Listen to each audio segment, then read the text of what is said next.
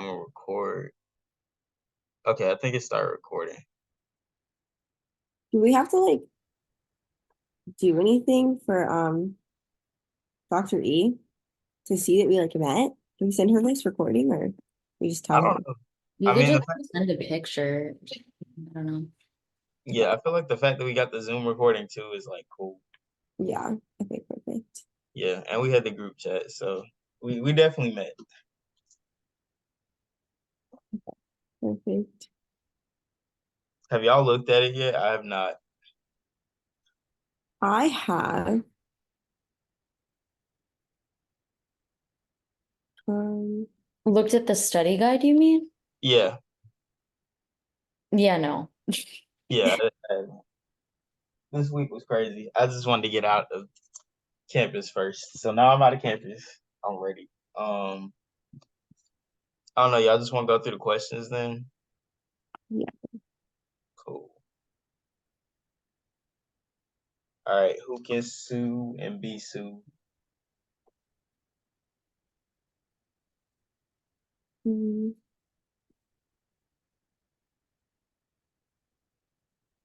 It's like I have living person, like not a dead person, a business, and a nonprofit group. Yeah, that's what I got from the notes too. Living people.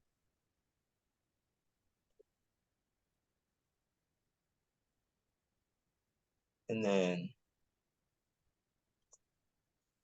liable is the claim. It has to be written. It has to be or like written or published or something, and it's defamation with the 6 elements. Mm-hmm. So like defamation and falsity. Yeah.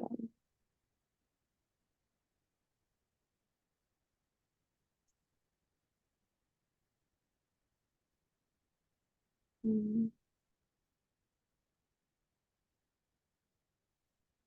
And then libel per se is like when it's just obviously defamatory and like the words themselves are damaging. And then libel for sorry, what is it? Quid? I don't know. I don't even But know. okay, good. I just said those like aren't obviously defamatory, but become so, like when there's additional facts introduced. You guys know any examples for that, like from class? Because I don't think I really have a good understanding. I feel like maybe that's where the book comes in. Let me log into. Oh yeah, I forgot about the book. I haven't. That's one thing I'm bad at, reading the book. Me too. I like last time I studied with a book, like I just went through the chapters and kind of read them to do the study guide, and I feel Yeah. like that helps a lot. So I might do Okay. it again. Well, yeah. The Monday, or What'd you say? are y'all taking it Monday, or are you gonna take the later one? I'm taking it Monday. What about you? I don't know. I'm trying to decide because there's also they're having something about that like candidate search for the chancellor, and so Uh, my friend, they have been doing that transparency thing, and like I mhm. went to the meeting and that shit was actually crazy. I'm like, we'll see. I'm planning to take it Monday, but if all Yeah, hell breaks loose, then I'll choose another day. for real.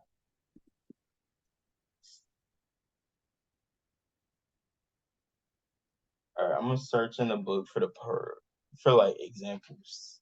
Okay, thank you.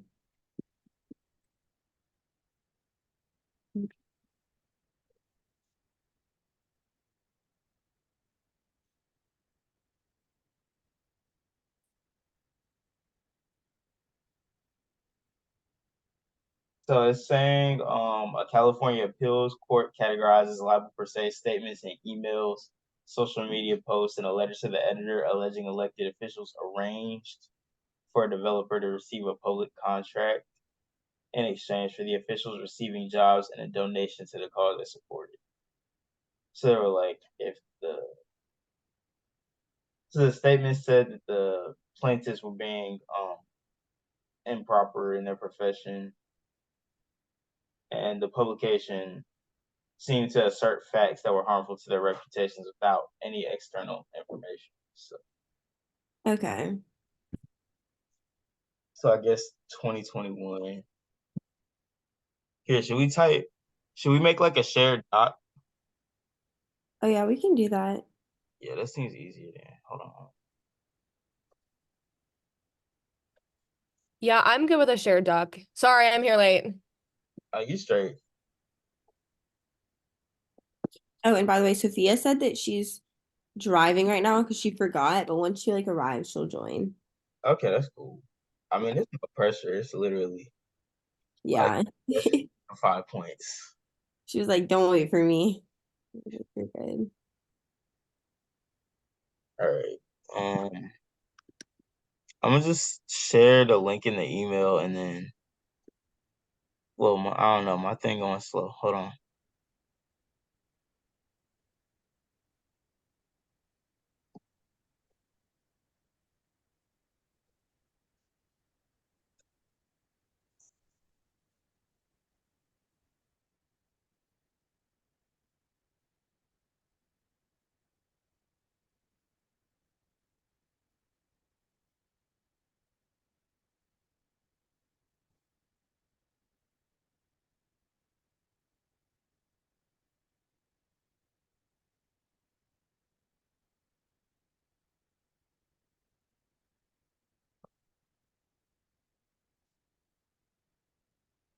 Okay, there it goes.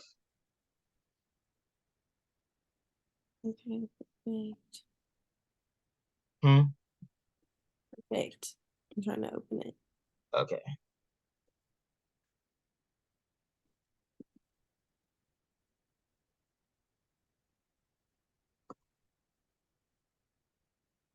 Hold on. I'm gonna stop screen sharing. I'm gonna try to share the.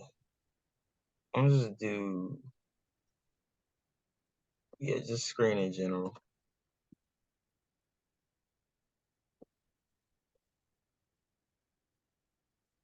So we said libel per se.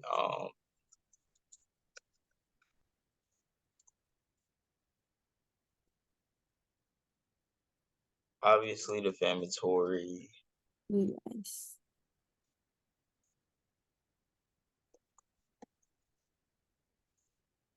And the example was the 2021.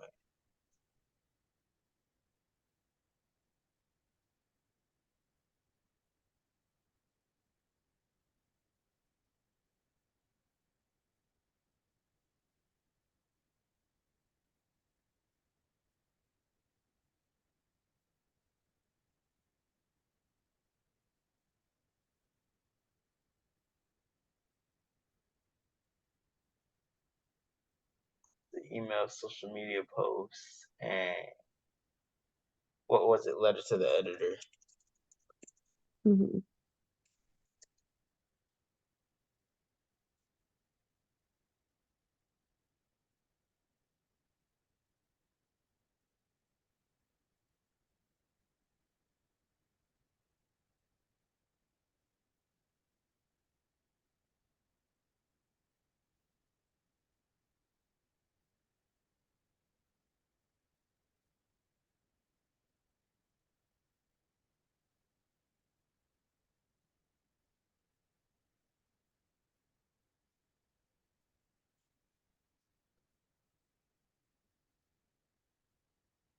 Supported for public contract. And then the other ones, they said it was a defamation per se, because the podcast and social media said that a lady was a prostitute who was sex trafficking, and her family sold her to the man she would marry. And so they said that for them, like the words that falsely accuse a person of being involved in criminal conduct are defamatory.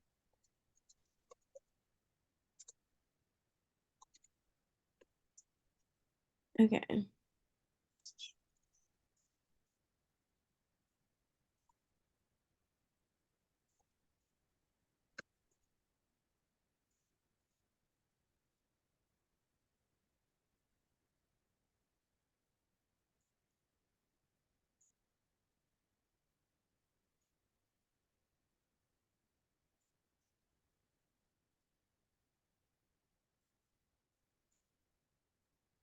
Chris, can you maybe indicate where these examples are on the slides? Oh yeah, I didn't see him in the slides. Let me open the slides too. I was looking through the textbook right now, so it was like page. Oh, okay. Well, that either that. I didn't know where you were getting it from. Oh yeah, my fault. Yeah, No, it was you're good. I just want to know where I can find this when I study this individually later. real. Here, let me open it in mine, and then I'll link the page and see if that works. Okay, Slay.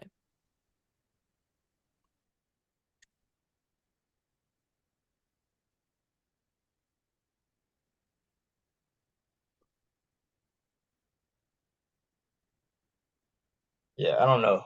Here, does somebody want to look in the slides too, and then see if they have like examples on there? Because I think then we could have like I think that was the best thing that we because I studied with Victoria and Pascal last time, and I think us finding the examples was like the best help for it.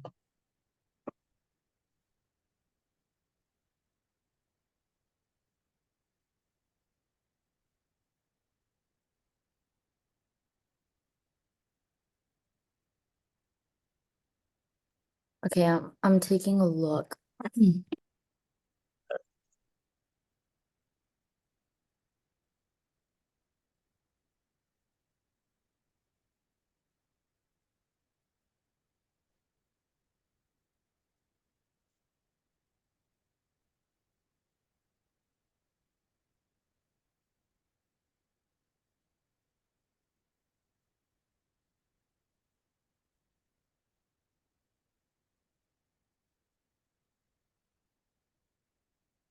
And then there was also an example in the book. It was saying that a model had her photo sold without her permission, and she got used for an ad about HIV positive people.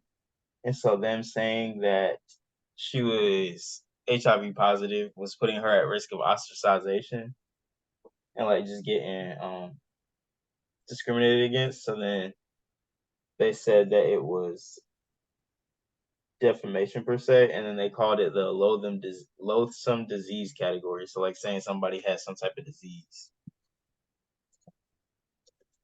Got it. And that's libel per se. Yeah, Okay.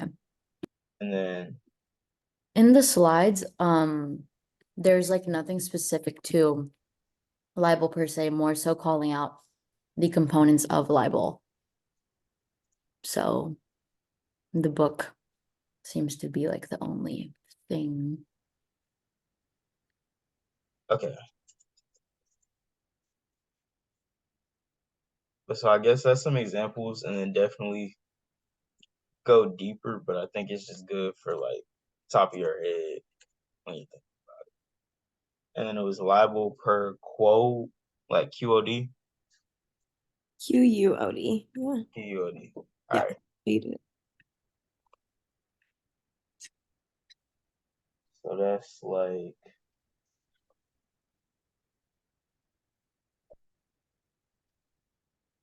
oh yeah, that was what you were saying when it's not defamatory until you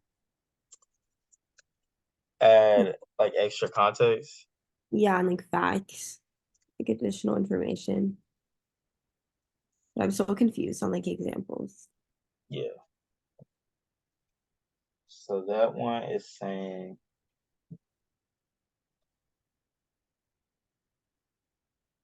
Have you seen like House of Cards, for example? No. Okay, well, basically in that show, like I'm just making this up, but like the president in that show is just very like corrupt and like is out here killing people and like whatever. And so the journalists that are trying to nail him in the show, they know that like he had sexual escapades with one of their like reporters to like feed her information and stuff. Um, to like help him consolidate power and stuff. So basically, like if they had published like a piece because like they didn't have like concrete evidence, but they still just wanted to like nail the guy, like they'd be like, oh, like the president's been seen frequenting X street like every, I don't know, Sunday or something like that. And so like by itself, it's like okay, like so he goes to that street, but if everybody knows that like, oh, like the reporter lives there and like the rumor mill is like spinning that like he was like going there and feeding information, like that would be defamatory because of the context of like who lives on that street and like what that means. If that makes Okay, gotcha. That makes a lot more sense. okay, cool. Thank you.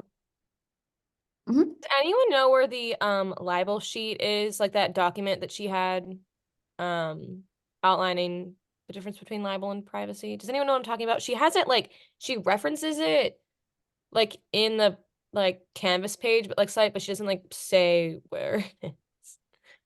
Probably in a file somewhere. Hold on, I'm trying to load it.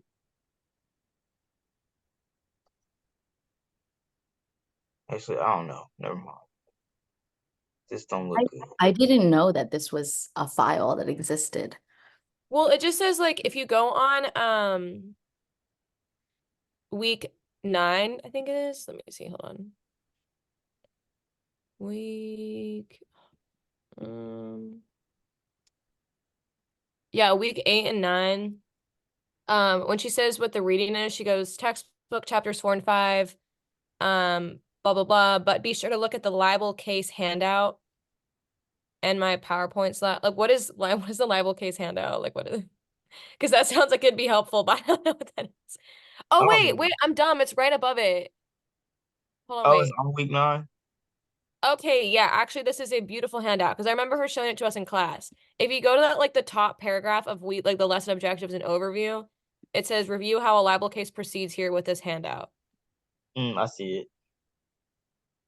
Okay, bless. Okay, do So I y'all feel see like it? that will be helpful.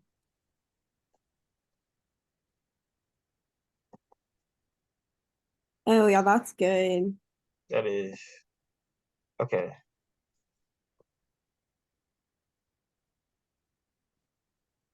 Oh, that's a lot. Mm-hmm. I think I remember her saying not to focus too much on um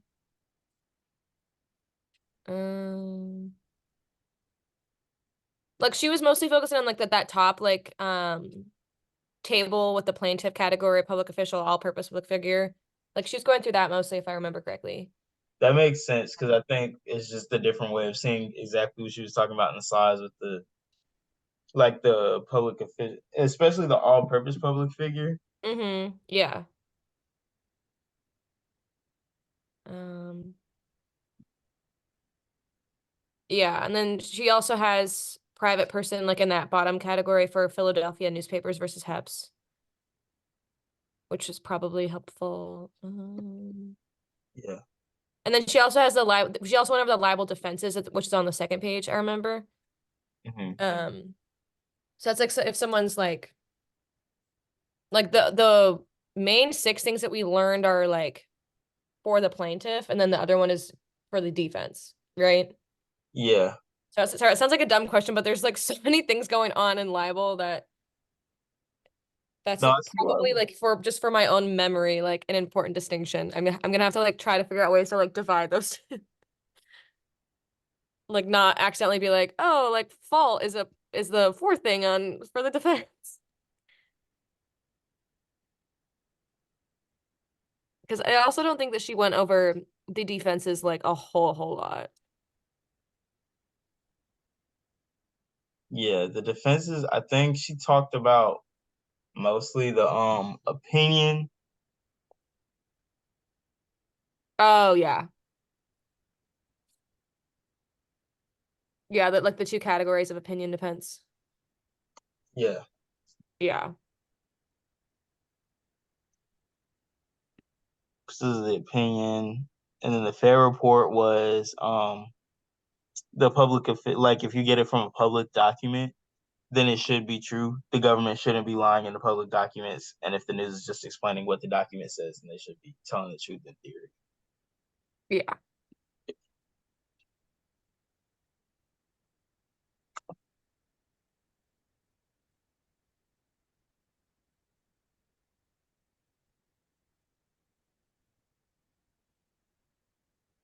Okay. Do y'all want to keep looking at this or go back to the study guide? I think we probably should just go back to the study guide, and I just think that the sheet is like a good source for filling out the study guide, but Yeah. Where was the study at? Let me close some of these tabs. This computer starts tweaking.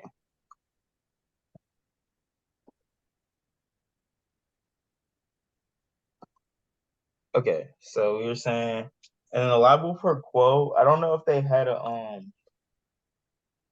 example. They just said like the news article could. They said if a news article said such and such went to, like Gory was saying, like they went to a house and okay, cool. They said they went to the house, but then if you found out, oh, that was like the city crack house, and they kept saying that like the mayor kept going there, then that would be libel pro quo if it weren't if he wasn't actually going to that house, and especially not to do crack. Got it, yeah.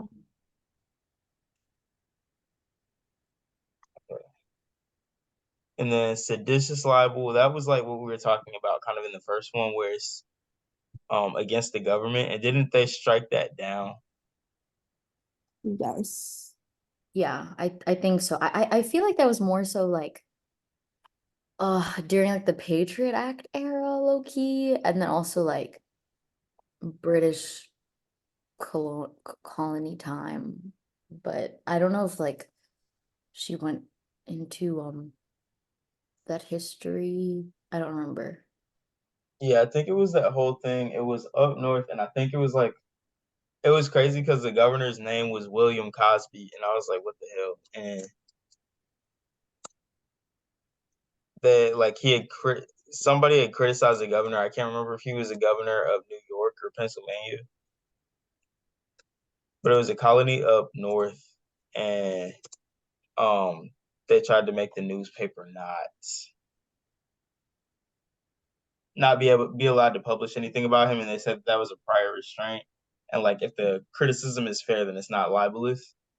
And then I think that might have something to do with how public officials have a lot more qualifications that they have to meet, like with the actual malice.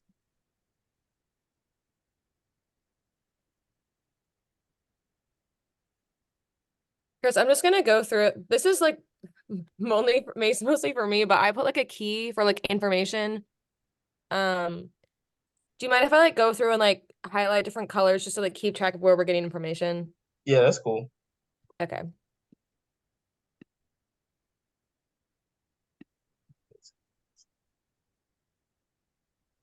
I don't know how important this is, but just like I guess in terms of like association, where exactly, like, can you explain further like what exactly that case was, like with the seditious libel, like what went down? Because I don't remember it, and I think it would be helpful to know. You're good. I'll go find it. So yeah, it was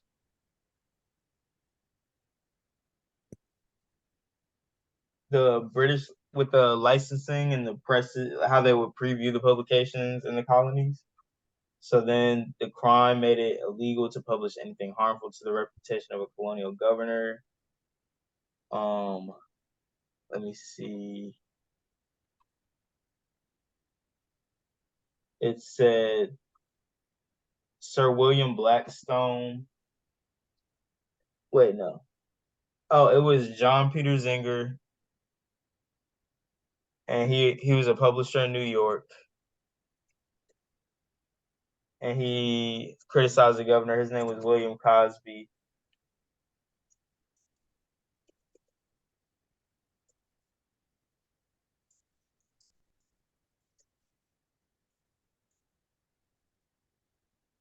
Oh wait, this is the Zenger case? Yeah, it's a Zenger case. Oh shit. Okay, okay. Got it. And then so Andrew Hamilton said no one should be jailed for publishing truthful and fair criticism of the government, and the jury agreed and acquitted him.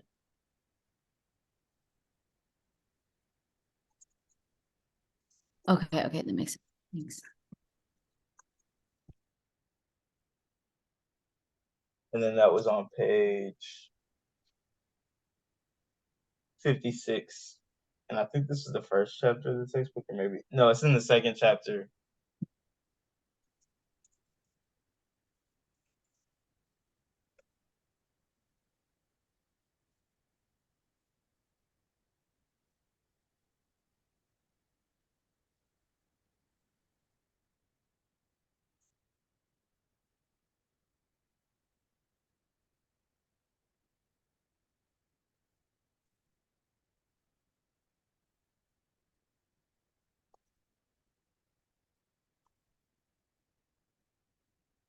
And then Loatham's disease, that was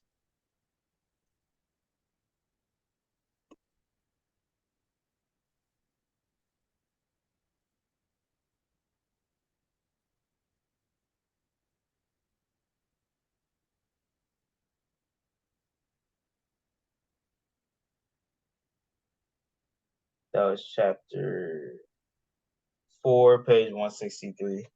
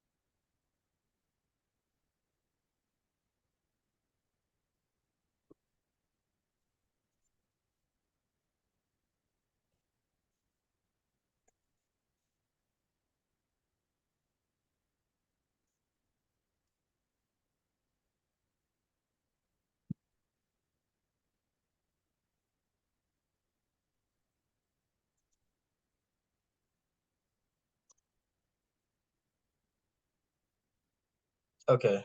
Do y'all want to move on to the next one then? Mm-hmm. Yeah. Cool. The 6 essential elements. Fault,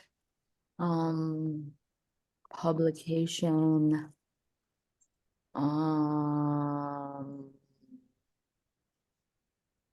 low-key blanking on everything else. It's like fault, publication, identification, falsity.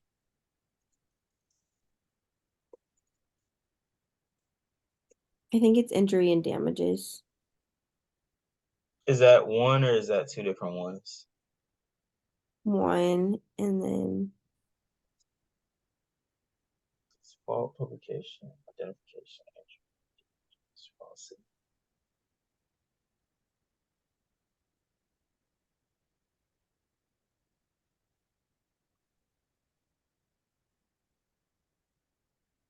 oh, defamation. Yeah.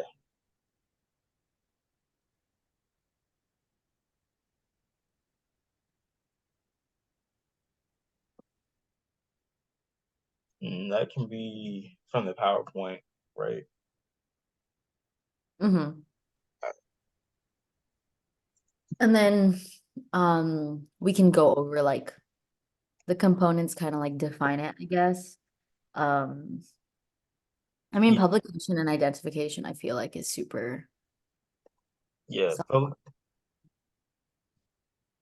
Publication is just that somebody other than the person it was about, somebody who wrote it, saw it.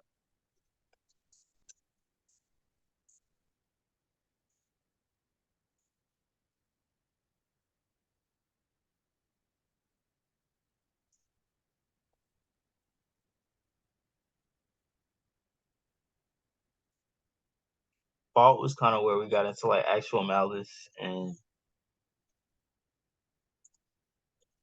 negligence, right? Mhm.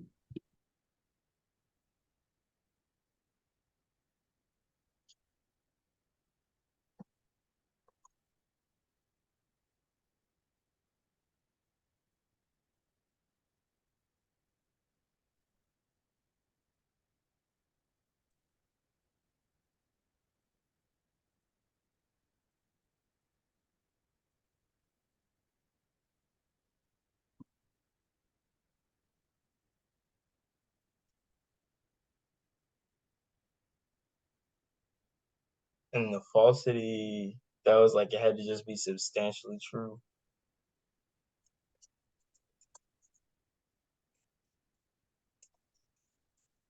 Yeah, I think so.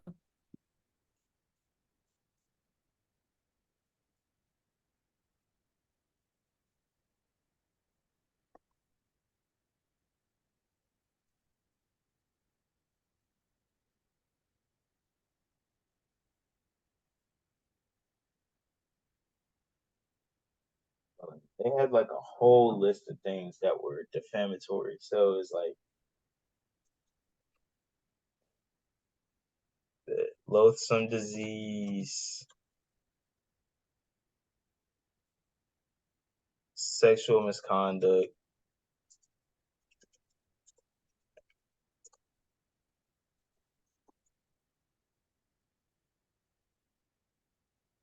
I'm sorry, do y'all see that? Like my computer doing that? Yeah. Yeah, I don't even know because I didn't say anything about do it at 12:48 p.m.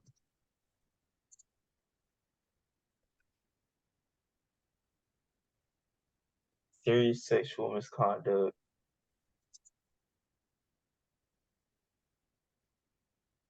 questioning their honesty and integrity,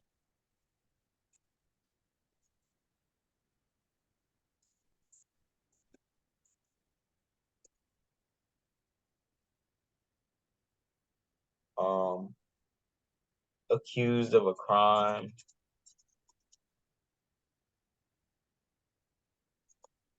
racial, just prejudice in general.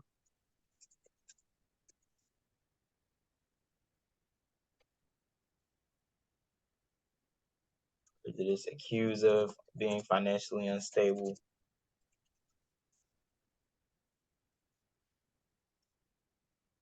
associating with criminals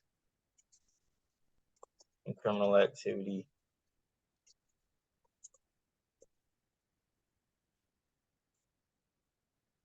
incompetence in their profession,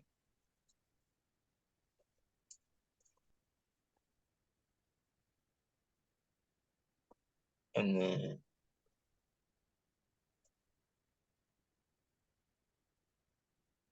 um, claiming that a business is like a scam,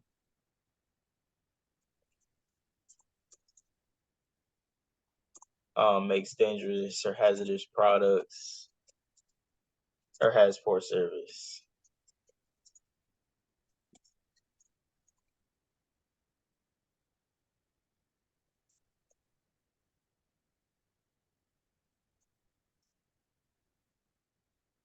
That was a lot for that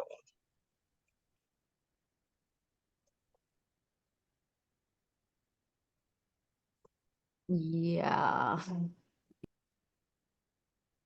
Yeah. And that was on the, I think this one, I think that entire thing was off the PowerPoint because that was what I had in my notes from that day.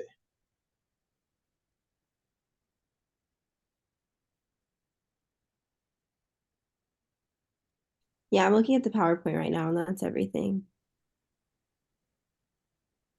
Cool.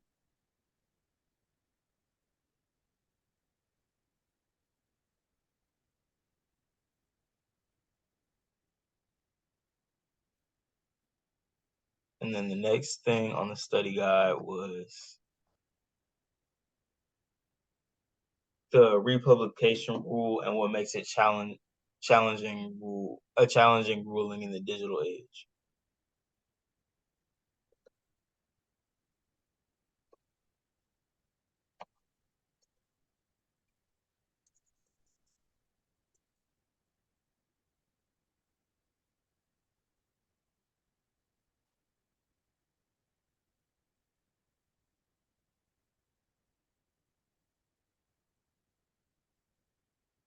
I think it had to do with like links, right? Like hyperlinks or something, or I don't really know, but also just like widespread sharing and everything like that. Oh yeah.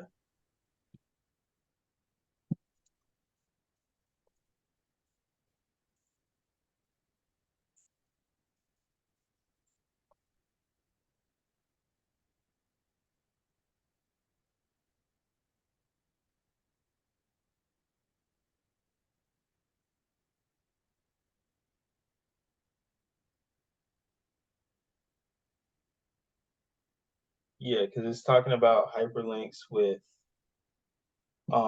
allegations that a Russian-born academic was a Russian spy in the New York Times because they hyperlinked it to another New York Times article.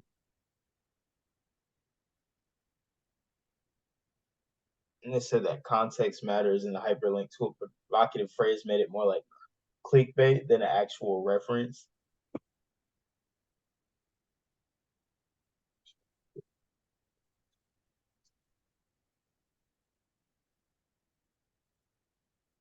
So is the argument that like this statement by itself or whatever, like may not be defamatory, but if you're like hyperlinking something and that hyperlink provides context, then it could make it so? I think it's more of a question of like if you're republishing a live, like if you're it, are they considering it a republication of libelous information? Because like they were republishing themselves, but if you were taking from like Infowars and you know Infowars is crazy, but you link that as your reference, would that be something? But I don't know. I could also be misunderstanding because I'm not sure.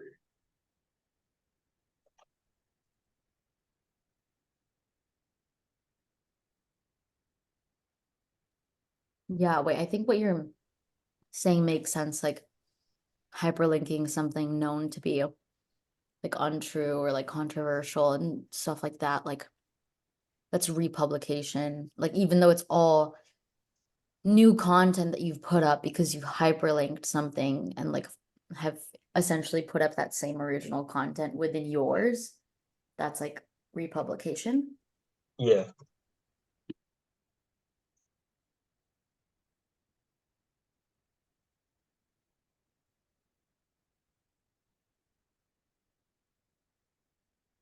So yes, if it's from someone else's article, like if it's from a different source that's not yours.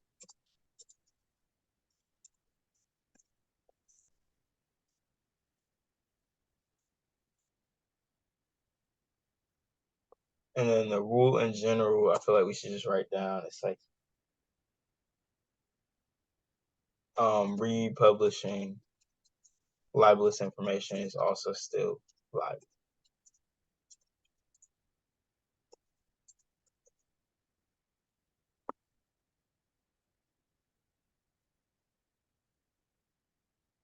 Sorry, say that one more time.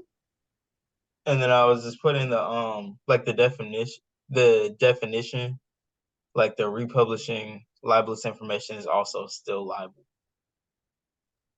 Yeah, yeah. All right. The section 230 is the Oh next one. no. Yeah, I don't know shit about that. I mm, I do not recall. Okay. I mean,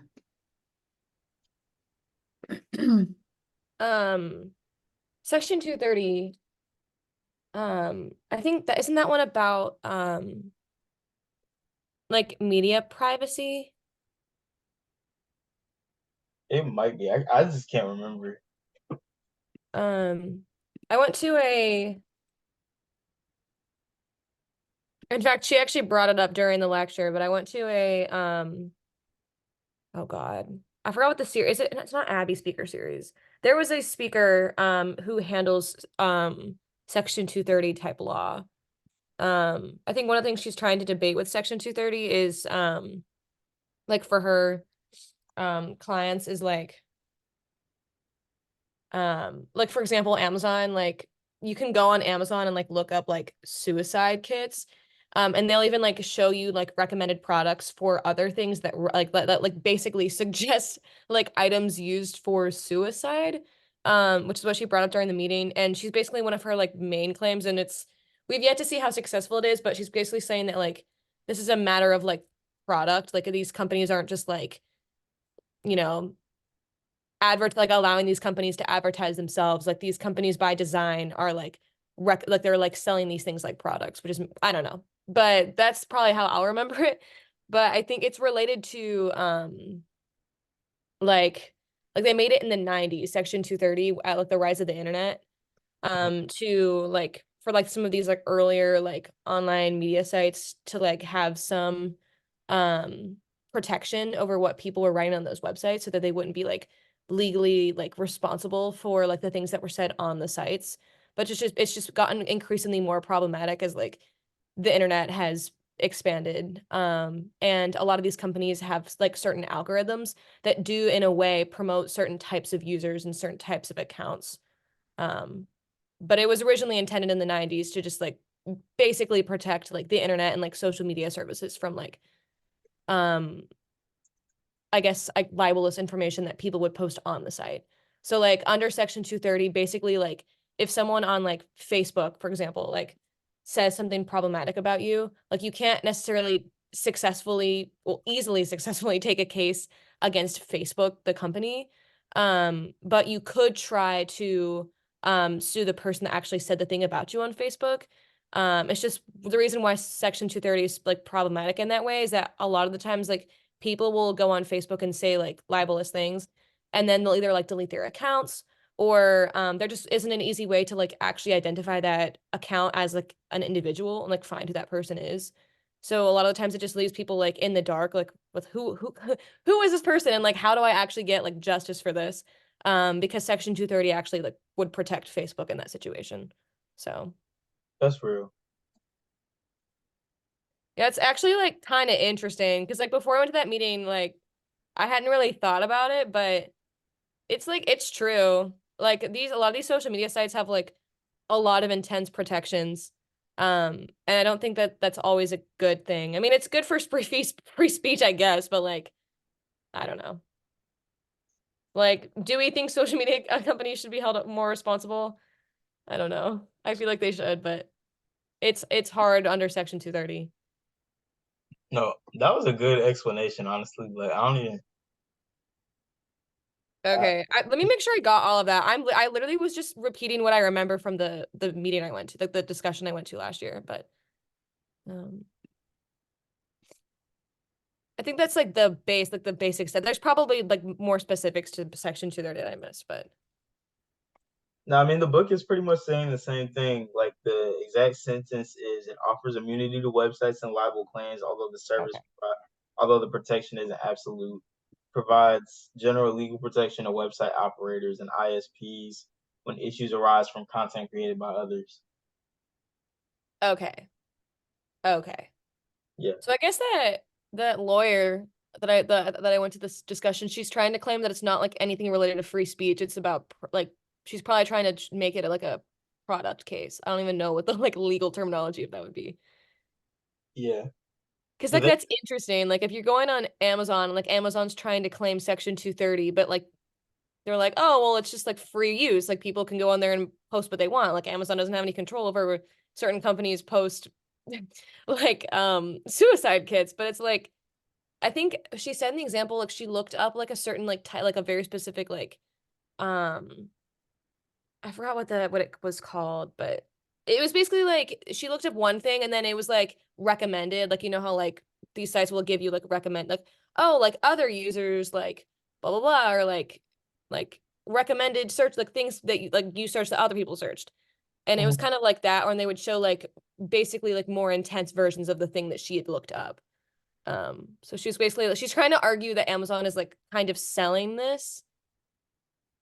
I don't know. So it's like, is it free speech? I don't think so. Because that's like literally hurting people's lives, like the actual like lives. Yeah. But yeah. Mm, When can ISPs receive the protection? I mean, they can receive it, so as long as whatever like providers, like if it's like a blog or something, they're not like totally like reviewing or changing like the material content. Like if a user said like I fucking hated this article, then like them changing it to be like something tamer or whatnot, that would mean like it's kind of like their own words and they're inserting themselves into it. So if they're just like allowing, publications to happen, there's no review and stuff like that, um, that allows those ISPs to receive that Section 230 protection. yeah. Yes. What? Wait, hold on. This is a dumb question probably, but what is an ISP? Internet service provider. Oh, okay, yes.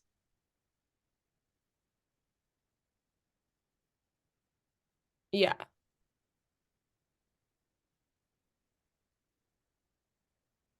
Yeah, it's like if I published, like if I went on someone's blog and I like wrote a comment. Or wait, no. Actually, Yeah, no, it's that type of thing because it's like they would question whether the like if the platform itself, not the person that's running the blog, but like the platform and had moderators that they hired and they oh, were I like, see. looking at your comments before they put them up, then they probably wouldn't get the protection because that means that they were kind of determining what could be published on the website themselves, so then it would make it their publication, and then 230 wouldn't apply anymore. Okay. So they just have to like kind of claim like some like sort of like impartiality or like separation from what's actually being posted for Section 230 of the work. Yeah. Yeah. Okay, I see.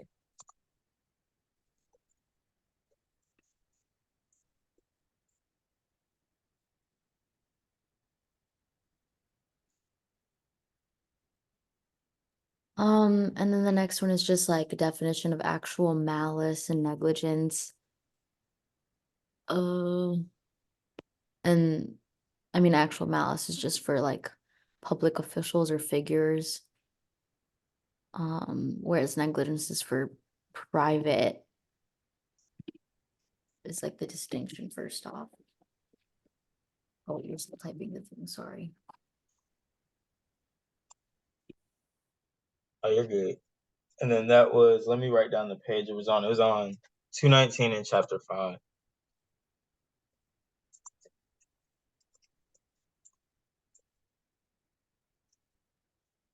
Okay.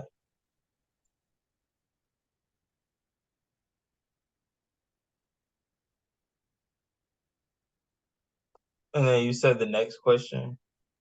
The next question was just asking like, what's the definition for actual malice? And then what's the definition for negligence? And I was just like, I just said that there's a distinction, like the first one is for like public, private, or not public, like officials or figures usually.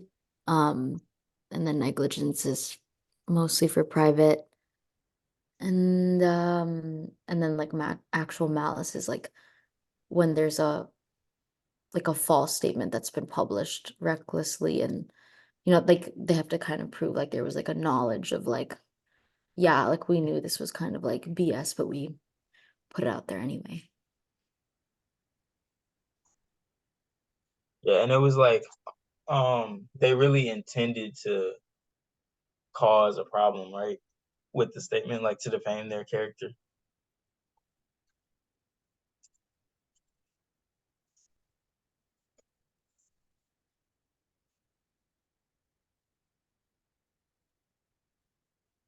And then negligence. That was like kind of the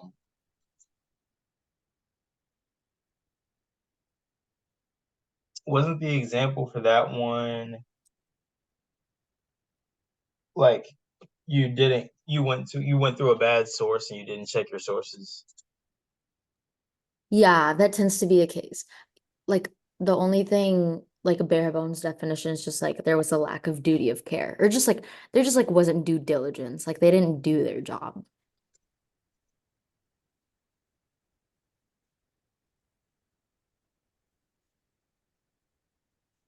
Um, I know in class she like probably went over like a million examples because she talked quite a bit about actual malice. But were there like particular cases? Yeah, let me pull it up because she definitely brought one up in the slides. Okay. She said it was that Texas beef group versus Oprah Winfrey, because remember Oprah watched that movie. She's like, "Wow, I'm never gonna eat a cheeseburger again." And then they said she had to the group lost because it was like, why would you like how Oprah saying that doesn't mean she was specifically targeting you guys and saying that nobody should ever eat beef again. It's just saying she wasn't.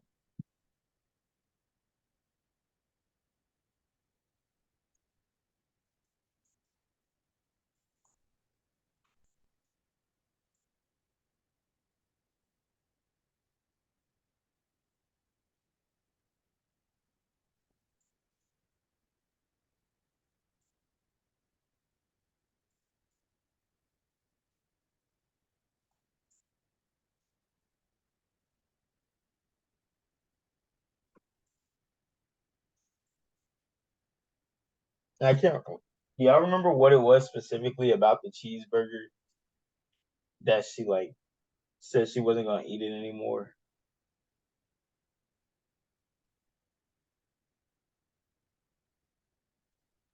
Damn. I don't know. Mad cow disease. Oh yeah. That's the thing she said. But it was like it was so clearly like a joke, and like She's she was like, not, man, I'm never eating a cheeseburger ever again. And then people were like, yeah, be like, like wow, I'm not gonna eat a burger either. And then the company ended up losing money, right? Yeah, yeah. But like that one doesn't like it doesn't qualify for actual malice because she wasn't like actively trying to go out there and make a case against the Texas beef group. Like it's not like she was like, "Oh my God, the Texas beef group like sucks and they're making beef patties that have like parasites in them or something." Right. She wasn't like, don't go eat a burger from this company. I don't know. Wouldn't that be like a statement of like hyperbole? yeah. I don't know what category, like, I don't, because I I know think we talked about that. I just don't know what category of like I think a that would Bible case be that is.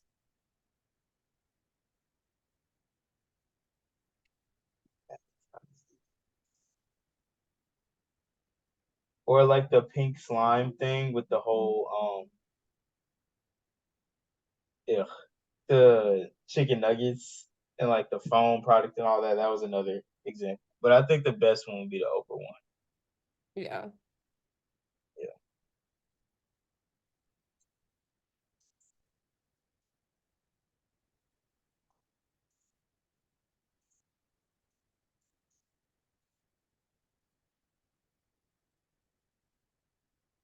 And then a negligence example. Did she have a negligence example?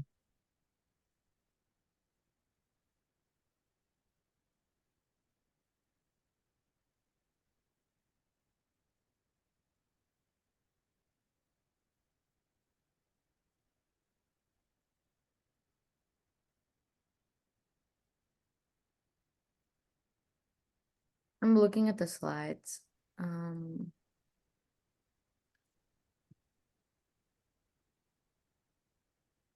no. Hmm.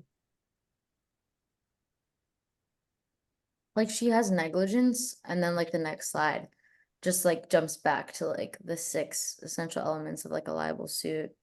And then talks about falsity. Yeah. But I just think like, like if there was like a multiple choice question, she was like, what's an example of negligence here? Like you would just have to like, I don't know, pick the thing where like the reporter just did not do their job. Like if they interviewed, I don't know, somebody that said like the police didn't do their job, but then they didn't ask the police for their comment, like that would be negligence. Mhm.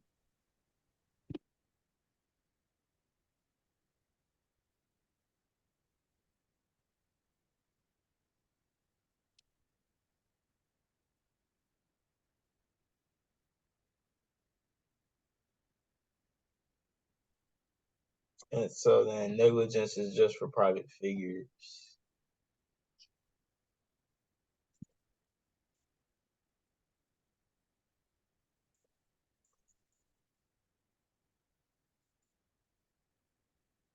Should we come back and find an example for that and keep moving?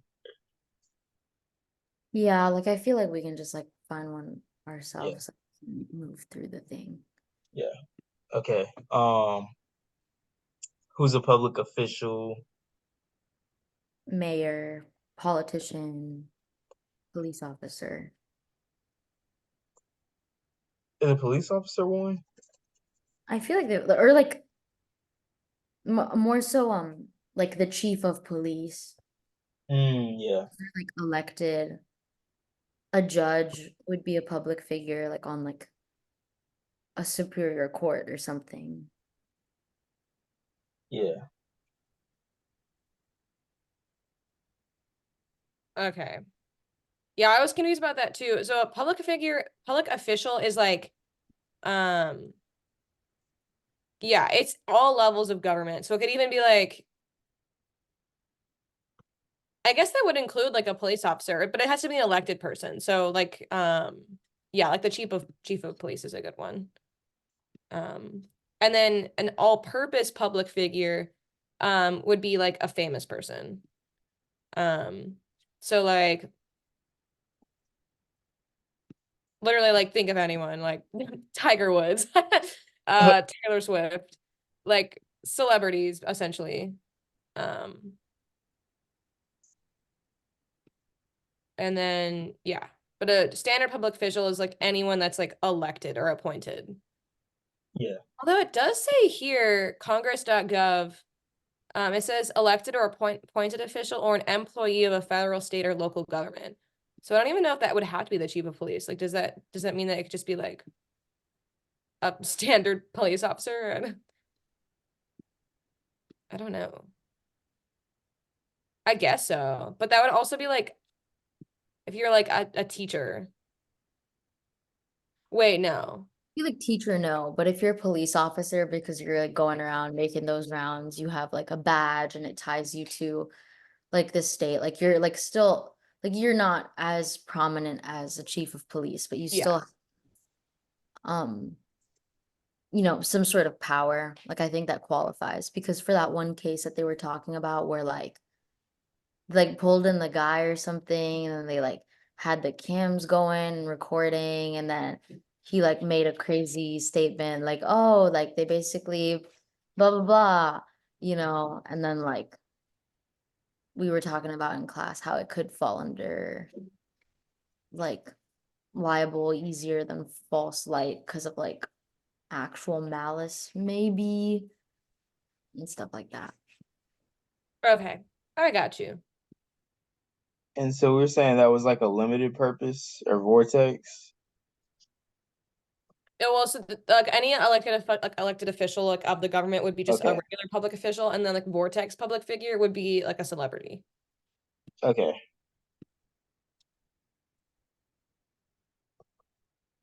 So then did I write that wrong right here? Yeah, they go like at the same category, I would say, as like mayors, politicians, that all that. And then limited public figures are like people that like put themselves into the public sphere, like those Parkland kids after the shoot. Yeah. Actually, those are also vortex. I misspoke. So what I meant by vortex is actually all purpose. So it's Okay. public officials elected, all purpose is a celebrity, and then vortex would be, yeah, like the kids at the Parkland shooting. Do you remember the case that she was talking about in class for the Vortex public figure about the guy who like was accused of being um of like bombing? Do you guys remember that? Yeah, it was the Atlanta Centennial Olympic Park Okay. because they bombed the Olympics, and so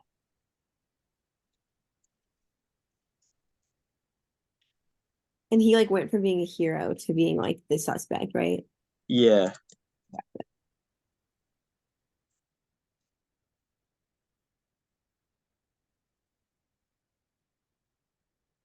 because they said he was a failed cop, and then he planted the bomb to save lives and become a hero,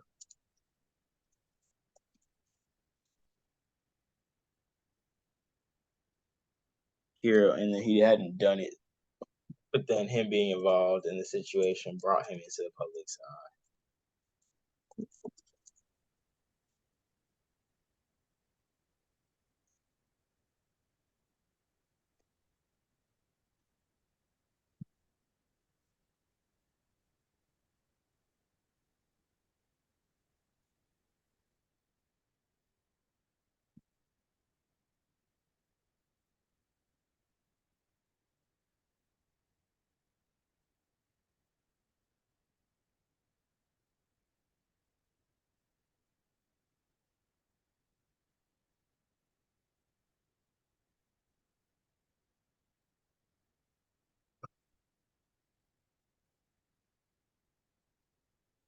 Okay.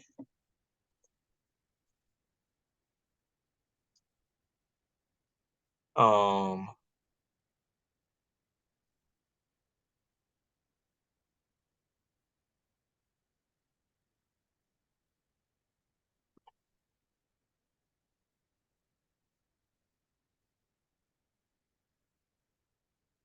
Definition of a limited purpose or vortex public figure.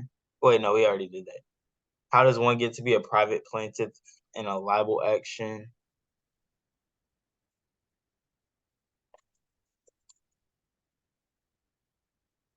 I actually have no idea. I think it's just by proving negligence. I don't know.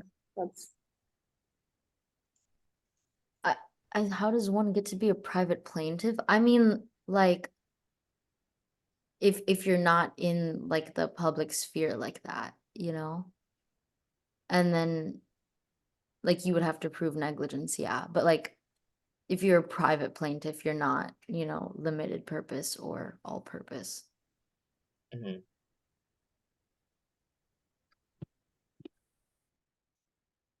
Yeah. Private persons, they only have to claim that whoever said the libelous statement was just negligent in posting the thing. They don't have to prove that like there was like a intent to harm, essentially, like a public figure would.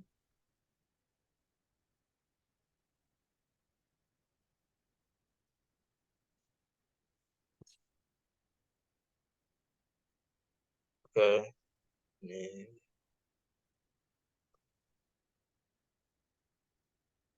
the requisite standards of fault. I think that's what we were just talking about.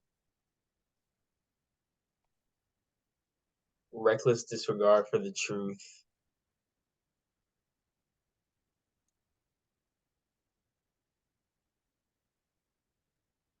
That would be like, do we have an example of that in the slides? I can't remember.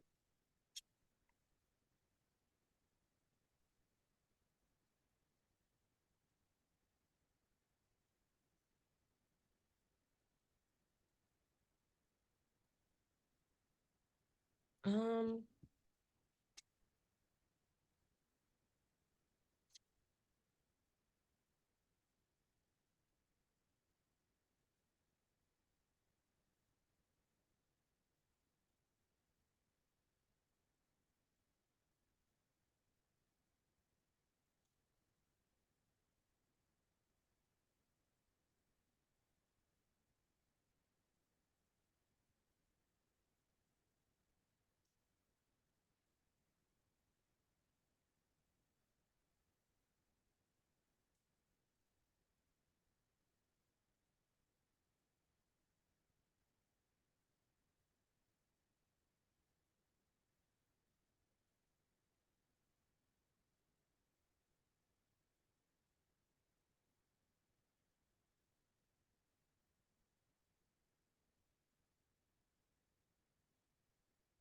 So I guess it's just like knowing something is untrue and still publishing it.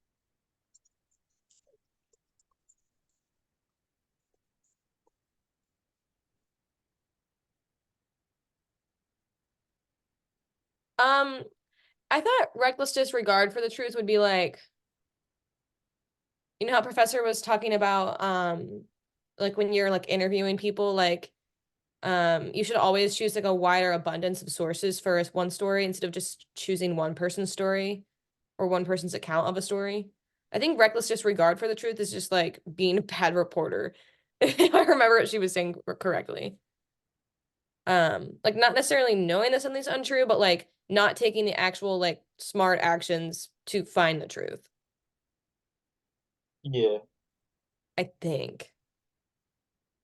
Because wouldn't that just be actual malice if the intention was like, Yeah, it just falls like under actual malice, and a reckless disregard for the truth is just like knowing that like for a fact that there's a high probability that this statement that I have here is false, but publishing it anyway. Yeah, and then the example they were giving in the book is a retired Major General Edwin Walker sued AP. They said he was not trying to keep the peace during integration at the University of Mississippi. And they said that Walker had taken command of a violent crowd and had personally led a charge against federal marshals and said he was encouraging the rioters to be violent. But then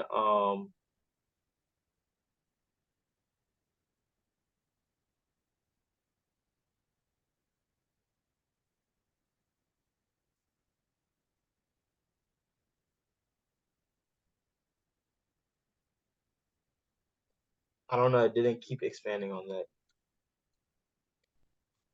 It literally stopped there.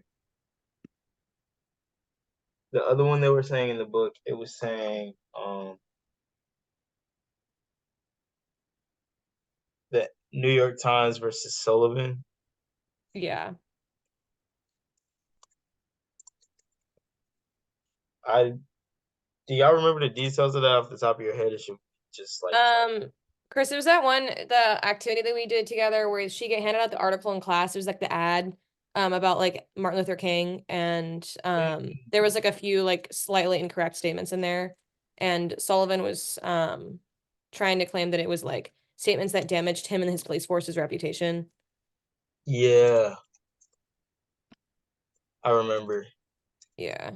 Cause was he was like Birmingham or Montgomery? Yeah. And there was like statements in there about I can't remember where it was, but the university and people couldn't like like eat, like they were like starving, but it was like an exaggeration of the problem. Yeah, yeah.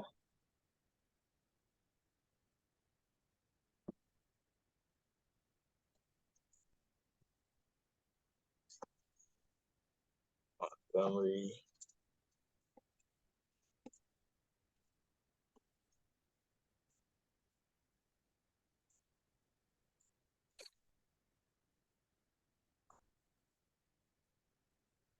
Sterling. And then what else did we say about that one?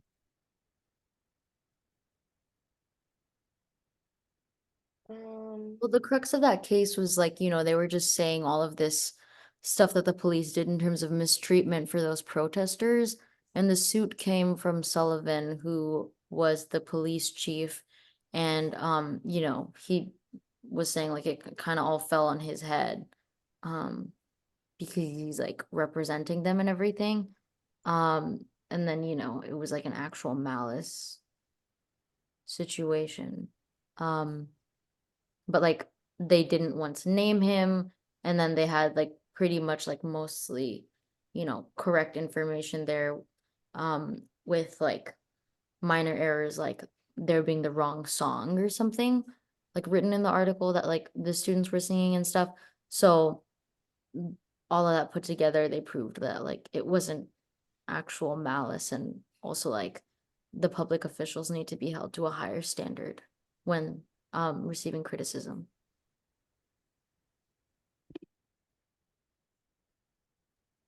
So that would also be a little bit of like the substantial truth.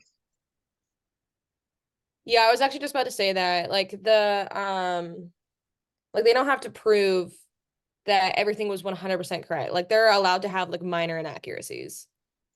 Mm-hmm.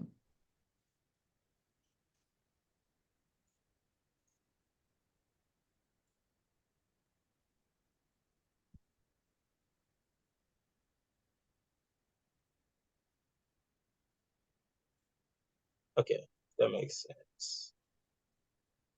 And then the rest of the study guide is like mostly about like the cases. Which I feel like if we just like read that on our own, like that would be like fine. Would you guys want to move to like the torts and whatever? Yeah, I'm cool with that. Yeah. Okay, cool. The Yeah. four main privacy torts. Yeah. It's like appropriation. Yeah, I'm gonna start a new page for the privacy section. Hold on.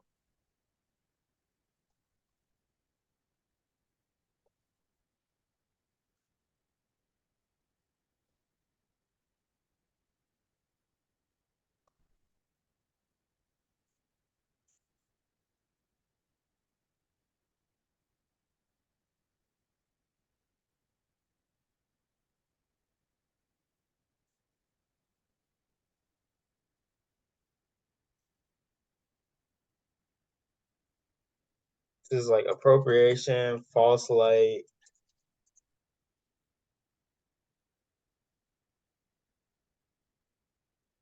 intrusion. With oh boy that came in the classroom.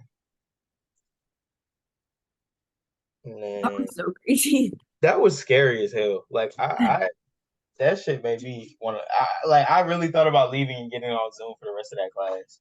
Yeah. No, he came and sat right next to me and it like I was just like, who is this kid? And I got scared especially too because like he just like sat weird and like holding his backpack and I was like, no. Like, No, he gave me that same type of like I was literally dead thinking he was like wearing like all like black and like dark clothes. I was like, this is the type of shit you see in the movies. Like I'm not doing this right now. I was like, okay. oh, I felt that, and then he was just like there's no way you're joining a class right now, bro. The semester's over. Yeah, We're his about explanations were confusing me too. I was like, It was really weird. Like, mhm, like bro, we have a month left. In a month, we're literally gonna be taking exams and going home. There's no reason for you to join now. literally. But yeah, what was the other one? I can't remember the fourth. um, publication tour. Wait, no, that's three. What? Okay, wait. Public. Oh, embarrassing private facts. Yeah, Trespassing goes under intrusion. Intrusion, right? yeah. Okay.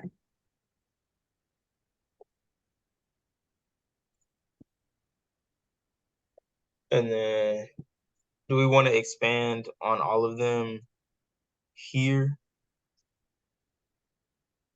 Yeah. Yeah, Like at least like bare bone definition. yeah. So appropriation was Like the football player guy at the NCAA. yeah. And so basically like using someone's likeness Mm-hmm. to advertise without their permission. Yeah. And that was like like you said, the football player, the OMG girls, the Oh, Vanna White. yeah. Yeah. I'm not convinced of Vanna White. Like that was weird in my opinion, but like okay.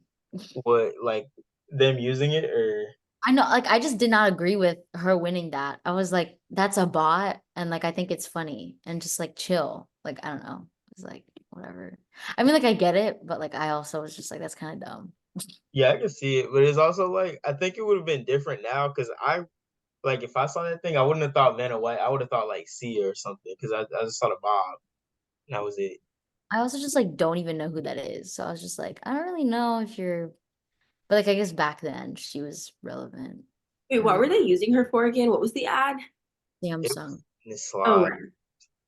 Yeah, for their new tech thing. And so they were trying to make it all futuristic. And they were like, let's use Vanna White. yeah. That's what threw me about the OMG Girls one too because I was like, yes, it's definitely supposed to be there, but also like, bro, it's not 2012. Don't nobody care about them. Like, why would you use that to advertise? But I guess it still qualifies, even though Yeah. it's weird.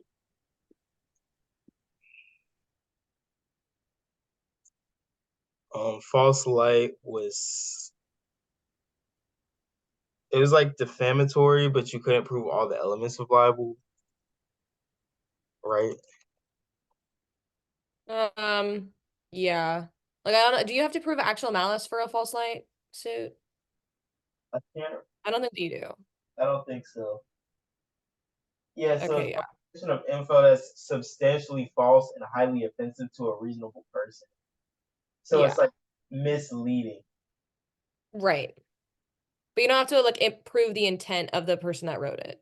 Yeah. Okay, yeah.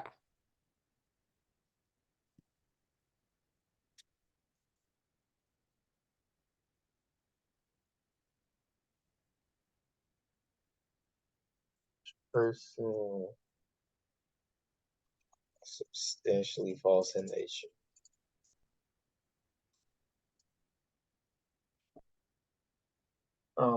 And then sometimes they don't do false light in North Carolina.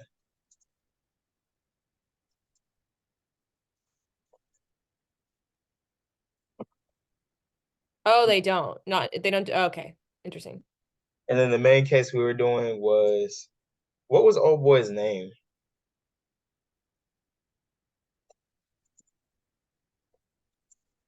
It was that dude,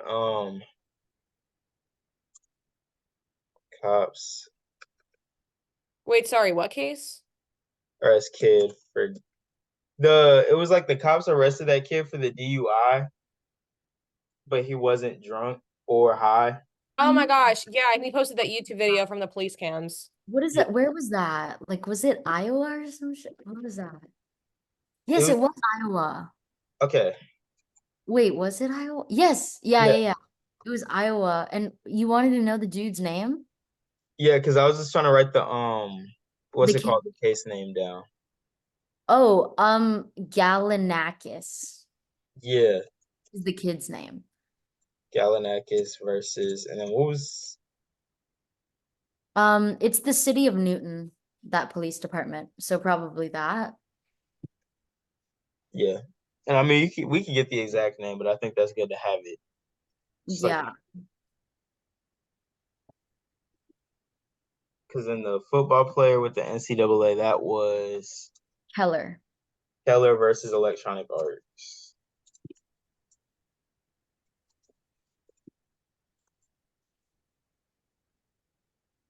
Know the facts that give rise to each and the possible defenses for each. Okay.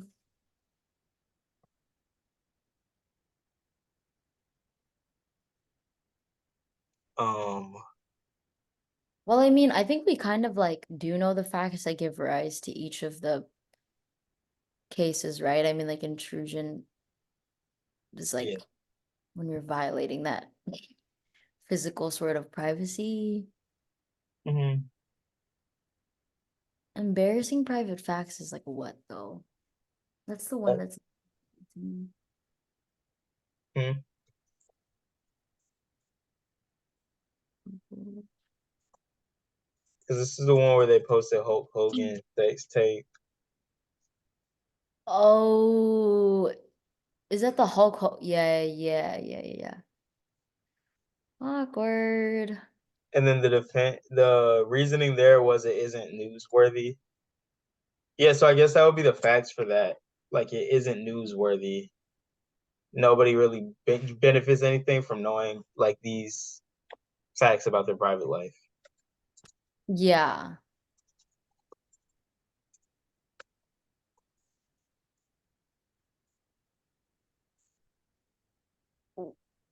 Would that also be like an intrusion because it's like he was recorded and he was like unaware and that's like an intrusion in a sense or like I guess like what's the distinction? I'm trying to understand. Are you talking about him being recorded by the body cams? No, like Hogan being recorded by the wife and husband when he was like having sex with the wife. Oh. Yeah, I think that would be intrusion, no? It was, I don't know. I guess I think that won't be separate because with the intrusion, most of the stuff we talked about in class was trespassing, like Lee was talking about, and then also like Oh, that's true. the trespassing defenses, and then also electronic or digital trespassing. So like threatening somebody through um electronic communications and like sending harass, like just trying to harass them and communicate physical harm or intentions of it.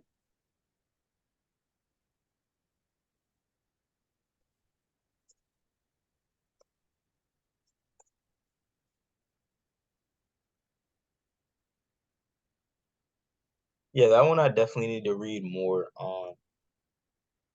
I think I can look at the textbook about the difference.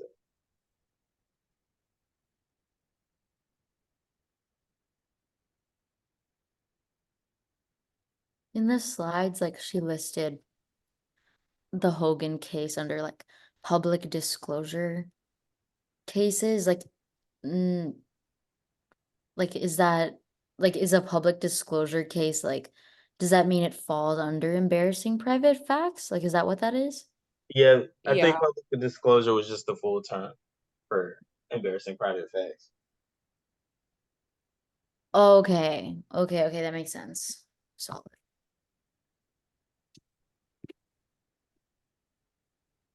And what else is there? Uh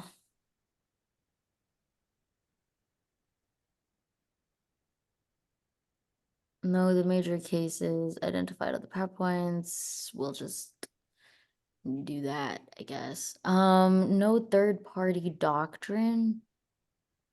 That was like The Carpenter case with CSLI. yeah.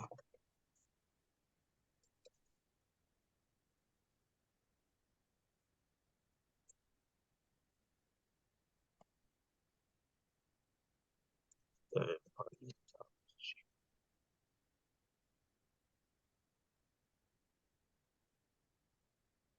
And it's like if you're giving information to a third party, you're kind of like forfeiting your privacy, like for businesses, for example. But an exception to that is if you give your information to like, I don't know, through your cell phone, like data and stuff like that, because it's just like very intricate or whatnot. Yeah. And yeah, it's basically just about how they obtain the information. Because it was like you can't have a third party. Like if somebody in one of our like wherever we are is recording this whole conversation and one of us says something, then that wouldn't be a valid claim. Like they couldn't use that.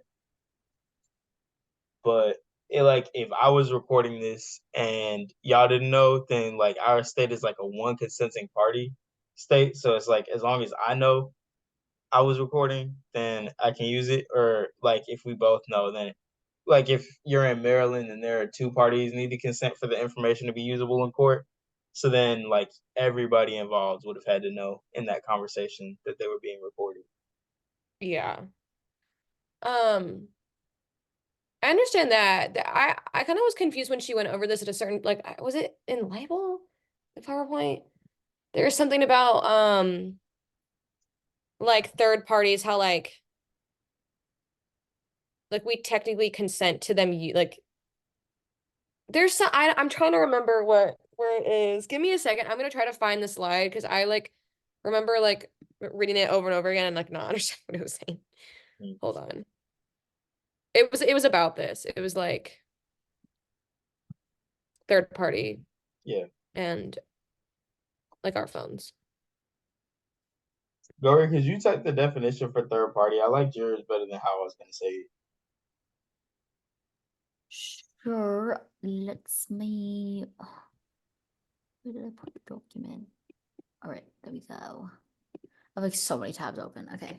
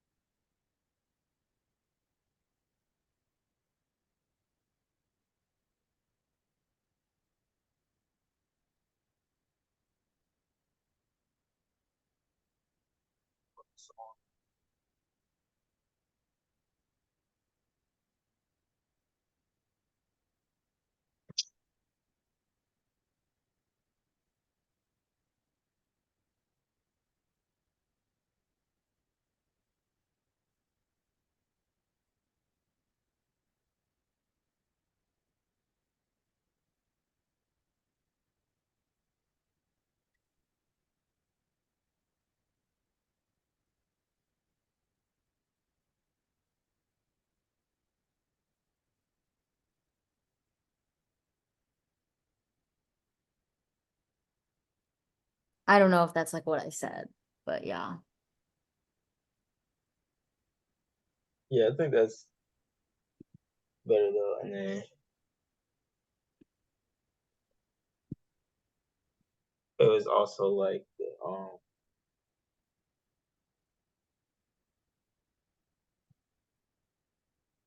I guess the golden rule maybe kind of applied. Like that could be a side note. The way we learned the privacy part was kind of weird. Like that part confused me.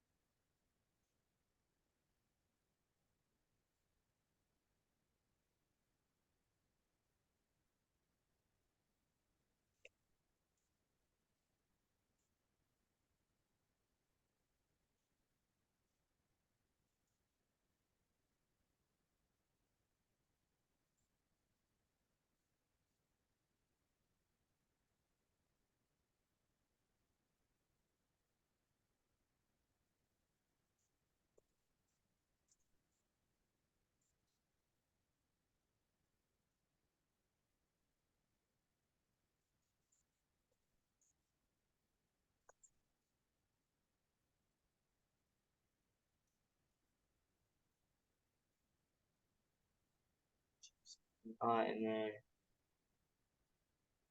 there was like the GPS tracking case where they said that the police can't. Yeah. Yeah. I was actually just reading that when you said that.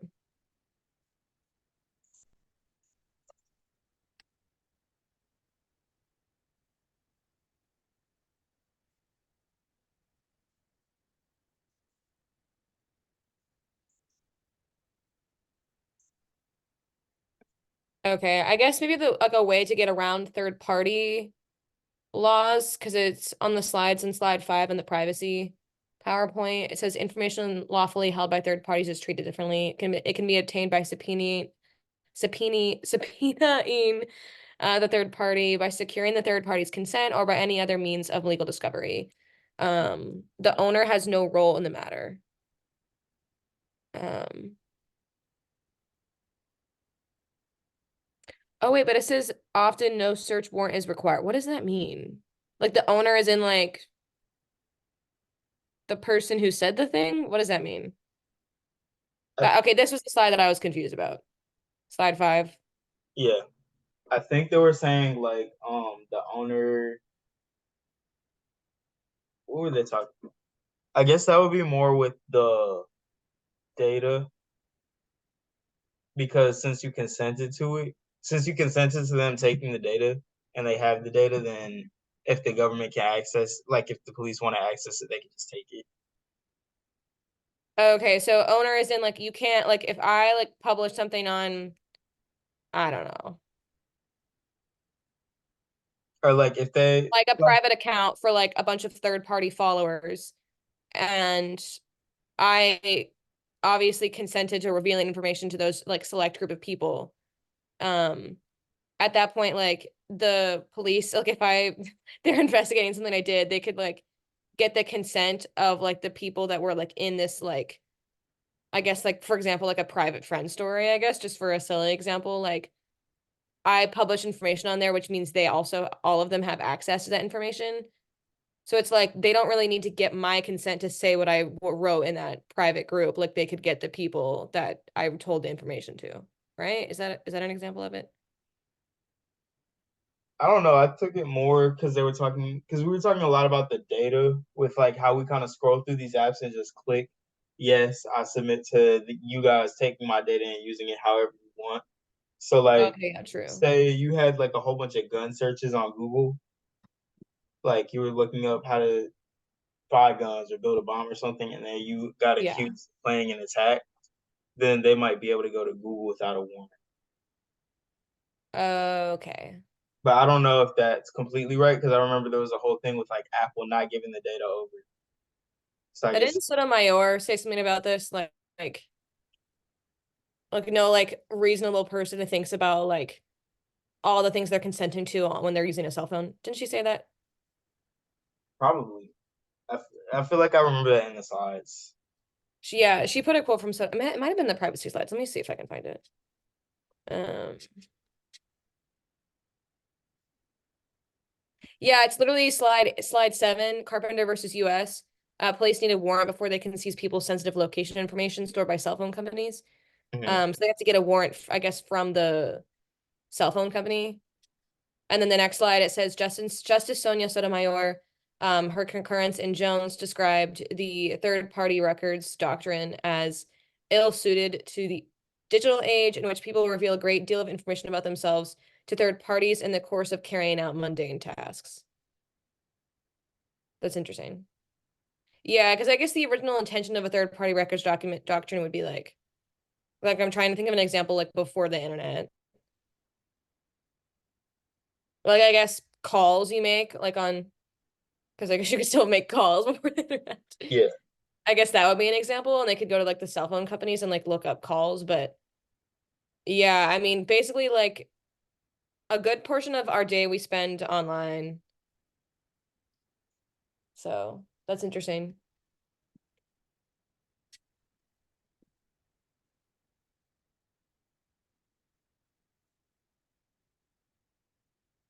And then the big takeaways from the FTC report. Well, I guess the weaknesses.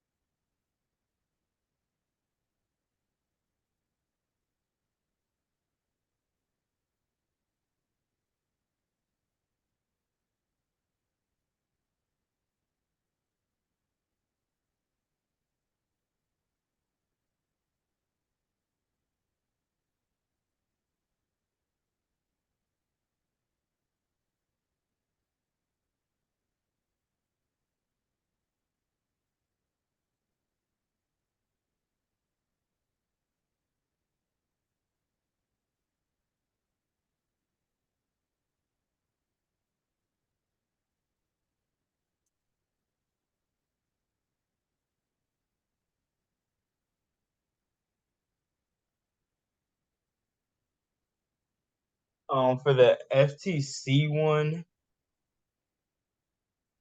they were saying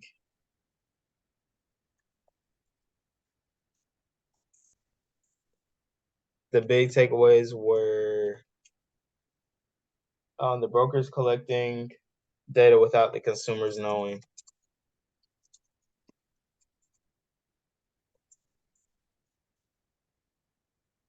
The industry is complex and the brokers are providing data to each other after they get our data.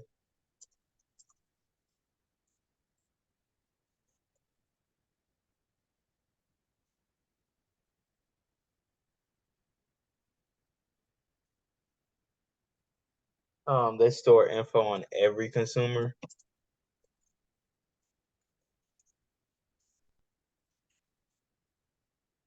And the brokers combine and analyze it to make influences and give scores.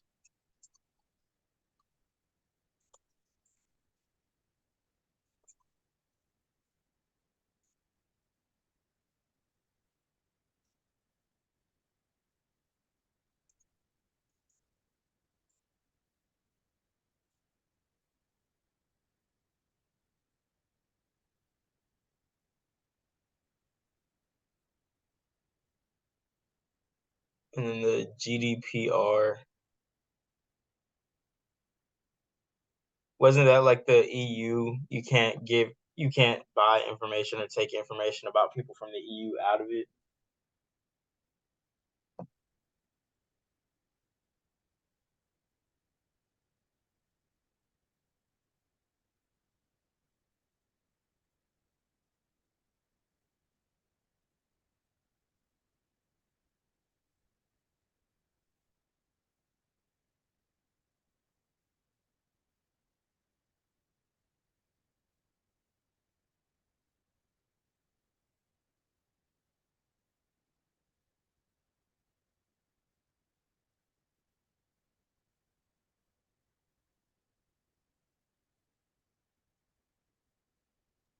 Hey guys, I must be going because I have plans now. But this is really great, and I'll look back at the rest of the recording and stuff. Yeah. Yeah, I'm about burnt out of this too. If y'all want to take a break, be done. Yeah, I think for the most part, I feel pretty good about this. We can also just like put questions in the group meet chat For sure. as we all continue to study for the exam. For Yeah. sure. I think we've created a pretty good outline here, and like I'm probably gonna keep going through these notes and like indicate where certain information is and like add my own things. Which will probably hopefully be helpful. But yeah, I think we've gotten through a lot of important things. Yeah. For sure. I'm gonna make a note because I saw one legal test in there, and I'll write more about that later. But yeah, I think it was good. Cool. Was there like a requirement for how long the study session needed to be for us to get points for it? I don't think so. I think the fact that we have an almost 2 hour recording should be Yeah. we for real got together and studied. Yeah. Yeah. Cool. Yeah. And if y'all want to study again, I'm down. Just let me know. Yeah, that actually might be helpful, but I think we're probably good for now. I think just like going through our notes individually, and then maybe we could have like a smaller session just to like ask more specific questions, maybe. Yeah. Because we could do that Or we maybe. could all just go to the one that professor told me on Sunday. Yeah, that's easy too. Yeah. Yeah. We got our 5 points for sure. Yeah. Period. All right. I see y'all. All right. Bye. Bye. Thank you, Chris. This is super helpful. Of Yeah, course. thank you. Thank y'all. All right. Bye.